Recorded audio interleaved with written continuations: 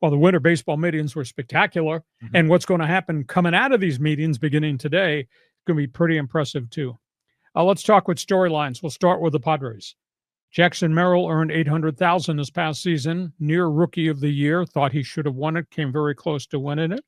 He gets $1.1 million in additional bonus performance money. Hell yeah. A couple of years ago, hell yeah, you. A couple of years ago, well, he earned it this time. Yeah. He didn't hit 251. Don't say hell yeah to somebody hits 251.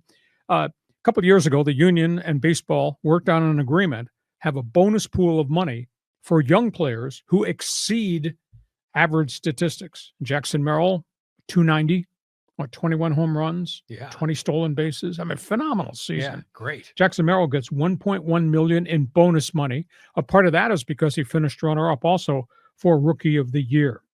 We're still waiting to see what the Padres are going to do vis-a-vis this roster, that payroll, and whether or not there's a trade coming involving Dylan Cease outgoing or Luis Ariz leaving here and who's coming in return. The one thing I'll say is that A.J. Preller, quote, laid the groundwork for potential deals. Well, the first wave of transactions has occurred with the trades. There's more trades coming. There's still pitching out there that he might get if he has to move Cease or if he has to move Ariz. Dodgers signed a super utility guy. This guy had a couple of good seasons with the Cubs at Wrigley Field, a little bit of pop in his bat. David Bote, third baseman, shortstop, second baseman. He signs with the Dodgers on a one-year contract. Still out there, but they're not making progress. Dodgers, Jack Flaherty, coming off real strong season with the Dodgers after a good start in Detroit, fully recovered from the arm woes in Baltimore and prior to that in St. Louis. He wants 5 years, $125 million.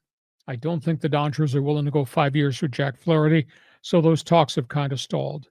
Nothing new on Walker Buehler except that he's making visits everywhere. Atlanta, New York Mets, Boston Red Sox, Detroit Tigers.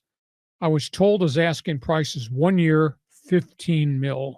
If I'm the Dodgers, I'd give Walker Buehler 1 year, $15 million. I bet he winds up going somewhere on a 3-year deal because somebody will try to outbid the Dodgers and take him. No progress yet on Teoscar Hernandez. They are stalled. I was told they offered 2 years, $60 million per, which is a nice pay bump from the $23 million. He wants 3 years, $60 guaranteed. So that trade conversation is stalled. Boston still talking about Teoscar Hernandez. Angels back into the free agent market again. This is terrible of me to refer to where the Angels go shopping at Dollar General, but they got another Dollar General pitcher, ex-Dodger and Yankee left-handed reliever Victor Gonzalez. And I had a 3.68 ERA, kind of as a long man coming out of the Yankee bullpen. Angels have just signed him. I think he's the 8th guy the Angels have acquired in the offseason, but there's only one real name recognition guy there that's going to be an impact guy, and that's Kikuchi, who came from Houston. But here's the bigger story. Angels have talked to the Cardinals about Nolan Arenado. I'm led to believe the conversation took place over the weekend. Now, I'm not sure who the Angels have to move. St. Louis is looking for pitching. Who is available from the Angels staff that they could move? It might be the former number 1 draft pick Reed Detmers, who's had some good years and then some off years. It might be the first baseman Nolan Chanel. He might be part of a potential deal for Arenado. Nolan Arenado said he would waive his no-trade clause to 6 teams, included in the 6, because he's from Southern California, the Angels. If the Angels could make this deal and take on that contract, and that they've got money, they got budget space, and Eddie Moreno said the budget's going up, they bring on Arenado, that'd be a huge credibility move, I think. But I don't know what the Angels have got that they can use as real trade value because the farm system's kind of negligible right now. And you're not going to trade Logan O'Hoppe. You're not going to trade Neto, although he's recovering from shoulder surgery. I'm not sure what else the Halos got there, but those are names that were mentioned to me, Reed Detmers, as well as Chanel, the first baseman outfielder.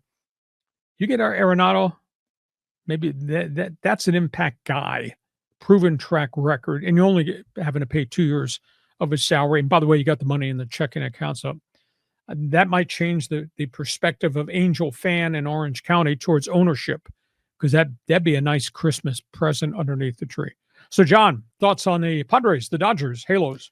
Well, isn't Arenado from SoCal, right? Yes. And so that makes a lot of sense to me. And I think the Angels were one of the 6 teams on his that he would waive the no Yes. trade thing for, right?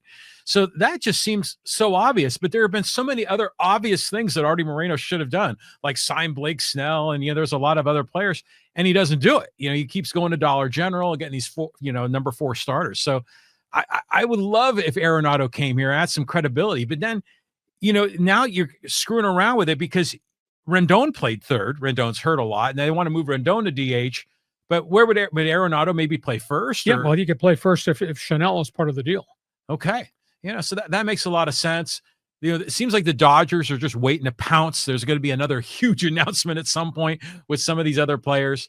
And I'm sure AJ Preller is, burning minutes on his cell phone trying to work a deal. I've seen a lot of really creative trades from proposals from Padre fans on Twitter. But who knows what's going to happen? I'm surprised that teams aren't really willing to bite on Dylan Cease because he's a really good pitcher. And granted, $14 million is a lot, but it's not a whole lot compared to what these other players are getting. Except that maybe he's only a one-year rental. And that's bothersome if you're going to give up a load of players to get a very reliable, tough guy starter, but you only get him for 1 year. Because I swear to you, John, the whole world, I don't think agents are going to sign pitchers to multi-year contracts. Agents are taking my guy to the open market because we just saw the amount of money, the volume of money was given to every free agent pitcher from the aces to the 5th starters. I mean, the cost of pitching is just ludicrous. Well, it seems like this is Preller's strategy is to flip them the year before their walk year.